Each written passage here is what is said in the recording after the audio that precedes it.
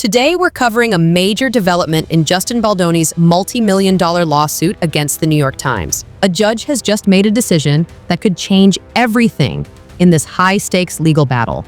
One that involves Baldoni, Blake Lively, and one of America's most prestigious newspapers.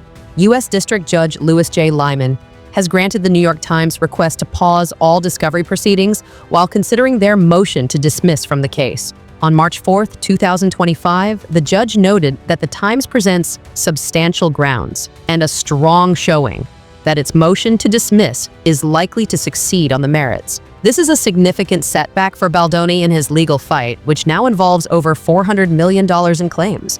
Judge Lyman's 5-page ruling effectively prevents Baldoni from demanding materials from the newspaper, while the court considers whether the Times should remain in the lawsuit at all. The judge stated, "The Wayfair parties are unlikely to be unfairly prejudiced by a stay while the court decides the motion." Referring to Baldoni, his Wayfair Studios, CEO Steve Sorowitz, and publicists Melissa Nathan and Jennifer Abel.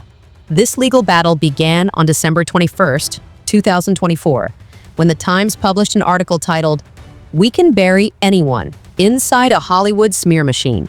The article detailed sexual harassment allegations that Blake Lively had filed with the California Civil Rights Department. In her 80-page complaint, Lively accused Baldoni of improper conduct during the filming of It Ends With Us. She claimed he improvised physical intimacy that had not been rehearsed, choreographed, or discussed. She also alleged that he attempted to add graphic scenes without an intimacy coordinator present. Baldoni responded on New Year's Eve by filing a $250 million lawsuit against the New York Times. Then, on January 16, 2025, he launched a separate $400 million defamation and extortion lawsuit against Lively, her husband, Ryan Reynolds, and their publicist, Leslie Sloan. Throughout these proceedings, Baldoni has maintained that all allegations against him are completely false, outrageous, and intentionally salacious. For Baldoni, known for Jane the Virgin before transitioning to directing, these legal battles represent a significant crisis. The allegations could undermine his reputation as a filmmaker of sensitive, female-focused stories.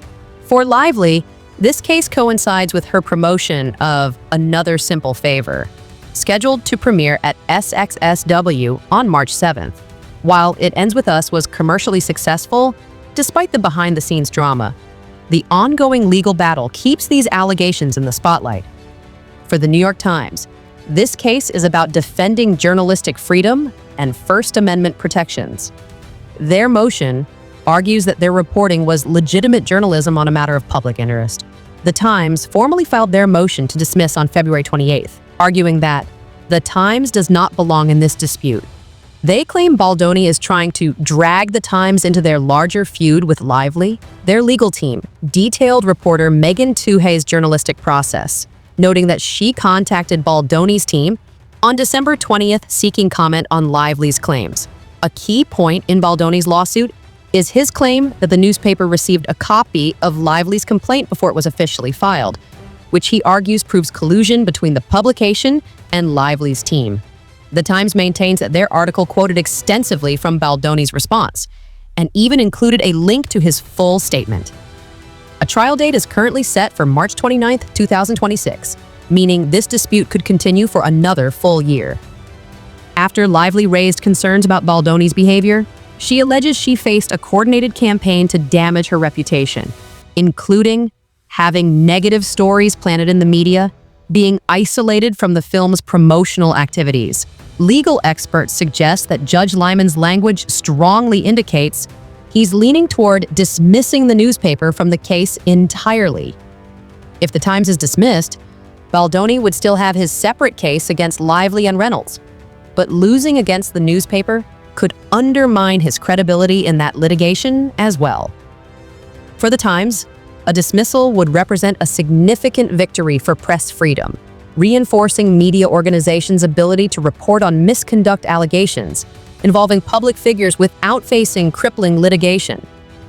Most analysts predict the judge will dismiss the Times from the case in the coming weeks, forcing Baldoni to focus solely on his claims against Lively and Reynolds. Even if he loses this battle, the discovery process in the separate lawsuit could potentially reveal communications that might support Baldoni's collusion theory. That's the latest update on Justin Baldoni's lawsuit against the New York Times. Like this video, subscribe for more breaking celebrity news, and hit the notification bell to stay informed. If you want to learn more about this case, click here. Thanks for watching.